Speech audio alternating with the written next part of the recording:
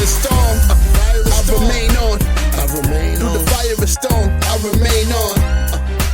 Trial by fire, trial by fire. It's the trial by fire. It's the trial through the fire and storm, I remain on. It's the trial by fire.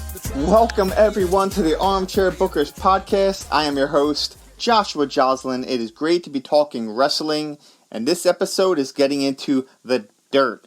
I like to avoid it as much as possible. I speak on rumors here or there. I don't like to really jump in to it because I just love wrestling and I love kayfabe.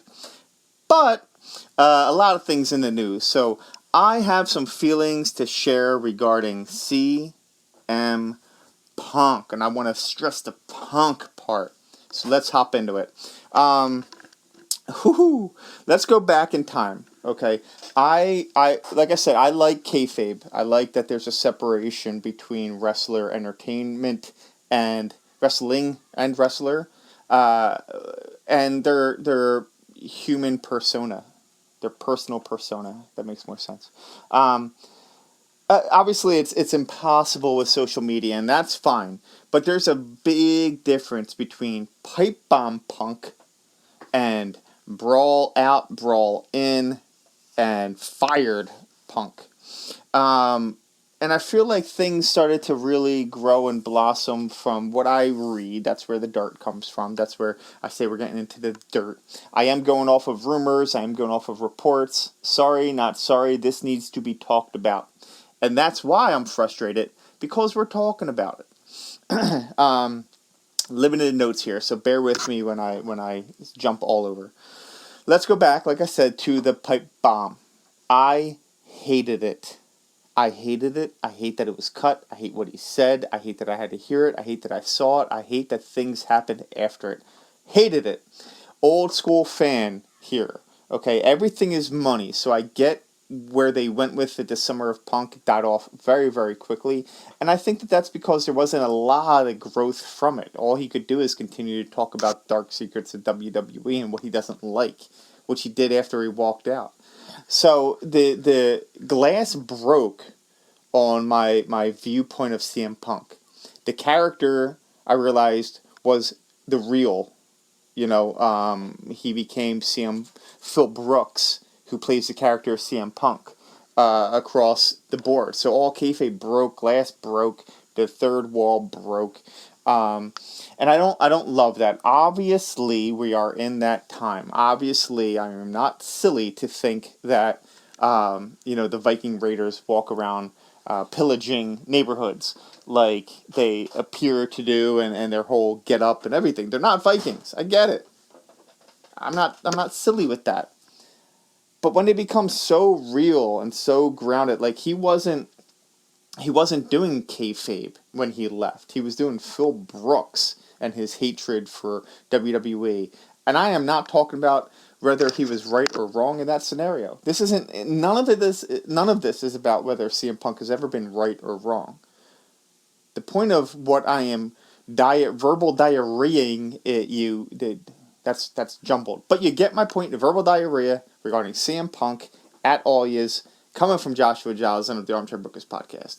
I'm sorry that I'm even doing this. And it hurts. It hurts me as a wrestling fan. He broke some rules. The backstage stuff in the AEW we will get to in a second. Back to the pipe bomb. Exploded legitimately. Pipe bomb doesn't sound like a good thing. Pipe bomb exploded a lot of things that were going on in WWE. I'm not saying that they were a perfect product then or now. I'm saying that I'm saying that the product stunk. Legitimately, the product stunk back then. But hey, Punk, besides what the pipe bomb brought us, booking or not, you weren't pulling everybody in.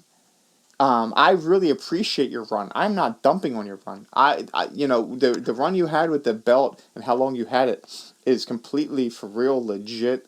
All that aspect of your run was great. Obviously you did, I will agree, creative screwed you at the end, something terrible, the whole Kevin Nash, Triple H, that was an ego thing, and I think that is based on real life heat. I think that CM Punk was getting to a level of, being the future, and they didn't like his presentation, didn't think that there was a lot of money long term in that. Fine, no problem. I get it. So the booking did put a big screeching halt to the summer of Punk. Fine, but AEW has been the company of Punk. And look where I'm getting at. So leaving WWE, WWE certainly sounds like the villain in this scenario. I am on Phil Brooks' side. I'm going to call him Phil Brooks. I think he's done wrestling. So when I talk about him personally, I will say Phil Brooks. CM Punk when I talk about matches. Oof. Going back again, so I don't sound like a CM Punk hater. He had, during his run, had some seriously, absolutely bonkers and crazy, phenomenal matches. Stud. He was a stud when they were giving him the time to do all that. His match with John Cena to take the belt and blow the kiss is iconic for the visuals, for the match, for the storytelling. Absolutely. His match with Undertaker, whether it was main event of WrestleMania or not, come on, man. Savage and Steamboat were, the second or third match? And they had the greatest match of all time, and that's talked about below the body slam, heard around the world, but not from wrestling fans. The people that you care about, the non-marks, the people that really love the wrestling and the art of it, agree with you in terms of your match quality. You have some great ones. But the main event is the part where I feel like is the ego grab from you. And a lot blossomed like that. A lot of your argument, Mr. Brooks, fell apart for me when you started talking about Undertaker and you and Undertaker should have been the main event. That's not the point of how they're doing business at that point. And again, it goes back to the fact that you weren't the one filling in the seats. Whether you felt like that was fair or not, that wasn't you. When you were facing Undertaker, that wasn't you, unfortunately. I am dumping on a hard way on him. Remarks to fans. I don't love them. I really didn't love them after he left WWE. It felt like, the marks you were really hard on. And I think that's fair to a certain extent. They're annoying. When I'm marking out in the scenario, probably I sound pretty annoying. If you were listening, you would have absolutely not be listening. And you would have bounced pretty quickly and probably called me some names if I was popular enough. Not fine. And I'm not trying to make money off you here, dude, clearly, because I'm not built to that level, but maybe this will, hey, viral me, what's up? I don't know what that, viral me? Man, Punk, you got me twisted all around. Back to it. I just, your presentation to the fans felt like, and I'm going to stick to, very quickly, me, personally, felt like you parlayed us into things that you wanted to be bigger and better for yourself without realizing your whole thing is pro wrestling, man. I'm not dumping on you for going to UFC. I'm not even going to touch on it other than say congrats on making that transition and making money off of that opportunity. So now, huge long break. You left WWE. You burned them in that the pipe bomb of podcasting. I'm not even going to get into that because your gripes were legit, man. Health issues, them firing on your wedding day. WWE was not the hero. They were not the good guys in your scenario with them. I think that, look, that's where I'm going to leave it. Honestly, that's where I'm going to leave it. You left with a lot of anger, and it has to be rooted in some things. Now, was that anger appropriate for everybody in the locker room? Of course not, man. Business is business. It's not personal. That's from The Godfather, so you know it's accurate, real, and the truth. It seems like you took it personal. Not hard to do, but not again, I'm a very sensitive fella. I cry a lot. But you got so angry and you brought up the main event with Taker that turned me off to all your other complaints. The story he's telling at that point was awful. Vince McMahon had some terrible ideas. But it's your job to work with it and get it over. That's your job. The health issues notwithstanding, so I get it. I get why you wanted to leave WWE. You were pushed into the same box as Jon Moxley, Dean Ambrose at the time. I really do believe that. No problem. But the pipe bomb in terms of WWE career turned me off. In regards to Phil Brooks. You know what I mean? Well, if you don't, that's what I mean.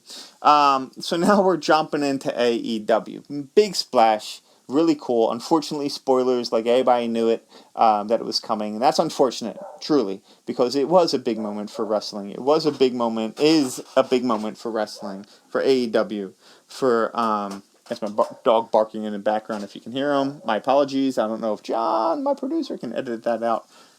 Shout out to John Kiernan. So we're in AEW. He comes in with a certain reputation, a certain expectation about what he's going to bring to the table. Eric Bischoff is really mean about what he says about AEW, but to be honest with you, I'm online with him. CM Punk bumped things. I'm not saying that he's not a sell. I'm not saying that he's not over. I'm not saying any of those things. But put a pin in All In. I'll come back to that. It felt like, and even right off the bat, the things he was saying in the ring, out of the ring, he came in thinking that it was going to be some sort of, I don't know, monumental occasion. It felt Ripley, not Rhea Ripley. It felt like it had a ripple effect in wrestling, but I can't get behind you as in terms of shifting the weight over. You know, you said a lot of big, bold statements. You got your debut was bigger than the NWO. Come on, man, you got to back that up. And you can't complain about creative at this point because you were Tony Khan's sidekick. He gave you a lot of space, man.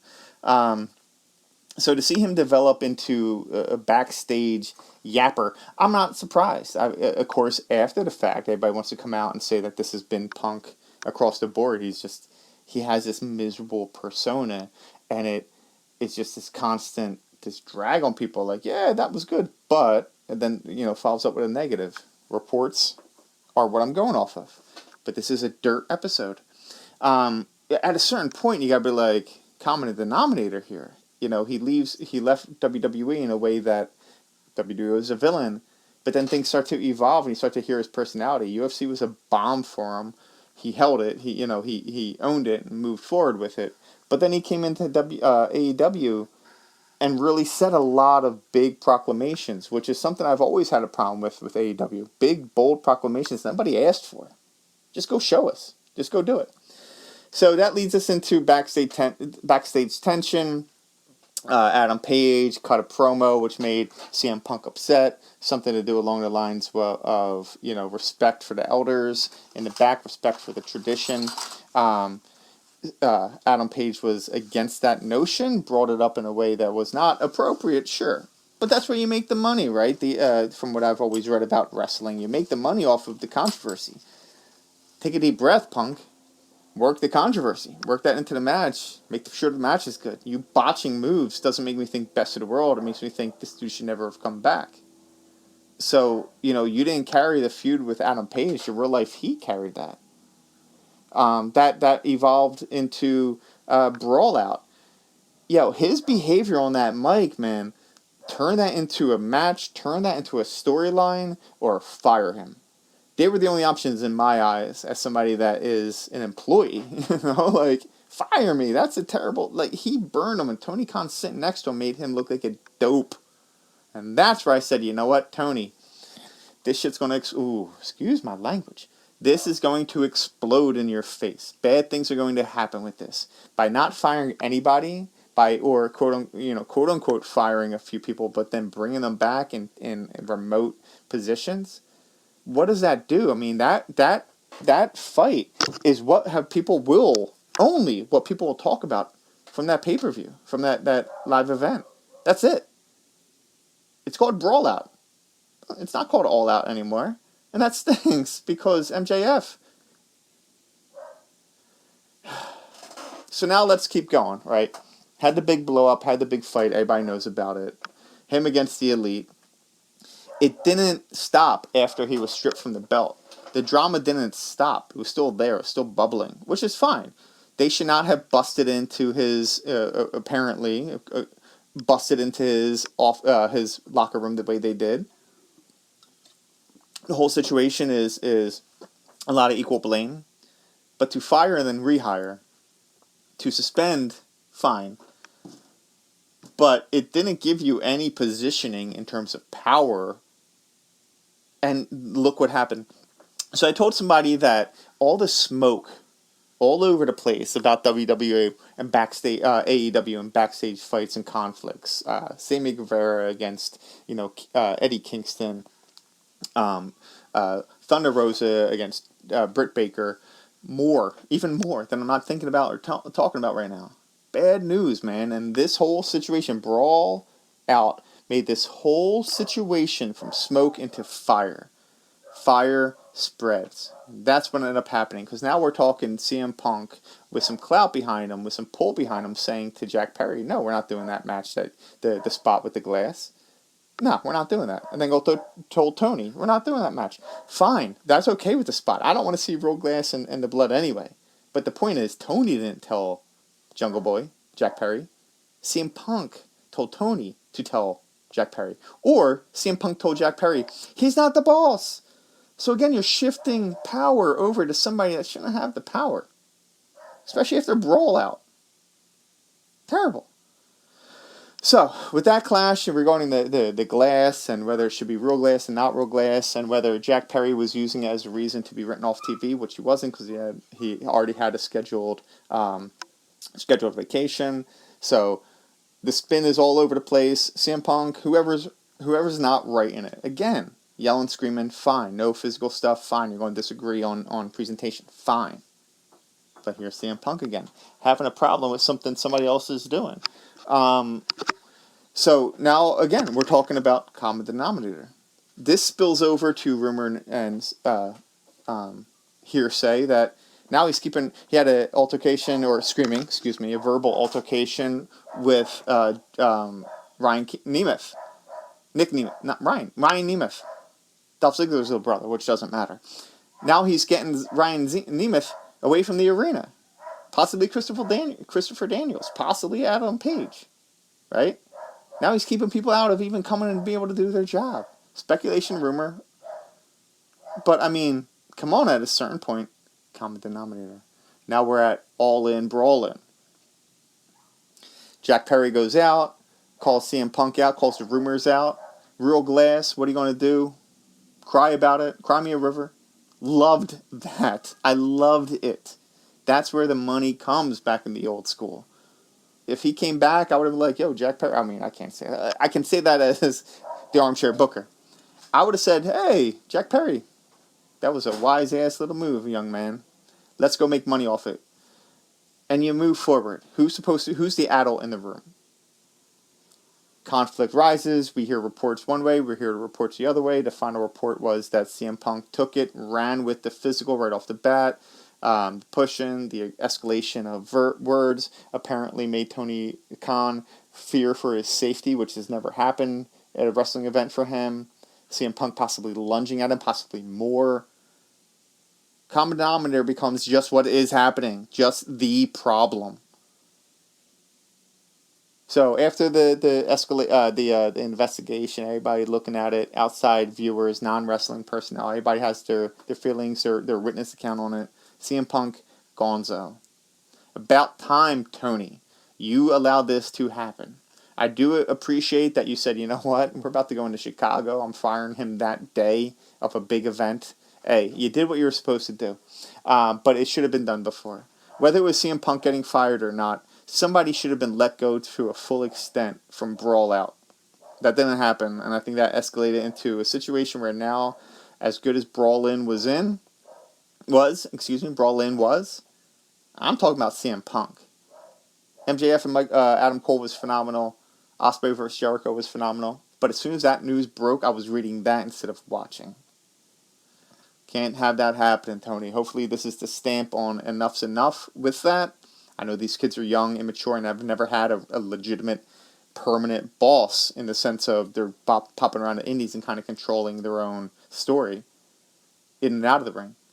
You guys got bosses now. You got to listen. And now Tony said you better listen. Hopefully you do. I don't know. But that was my shoot on CM Punk. Who am I?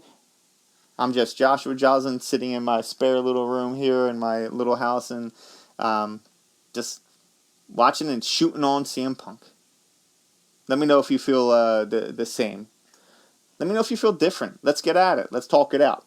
So this week we have released 3 total episodes to check out. My Payback predictions episode, followed by my Payback reactions episode. You have this one here, CM Punk, my shoot on CM Punk. Check them all out. Check the newest episodes, previous content, interviews, new content always on the way. The Armchair Bookers Podcast YouTube channel is where you can find it all. Our Facebook page, TikTok, Instagram. Come like, follow, subscribe, and comment.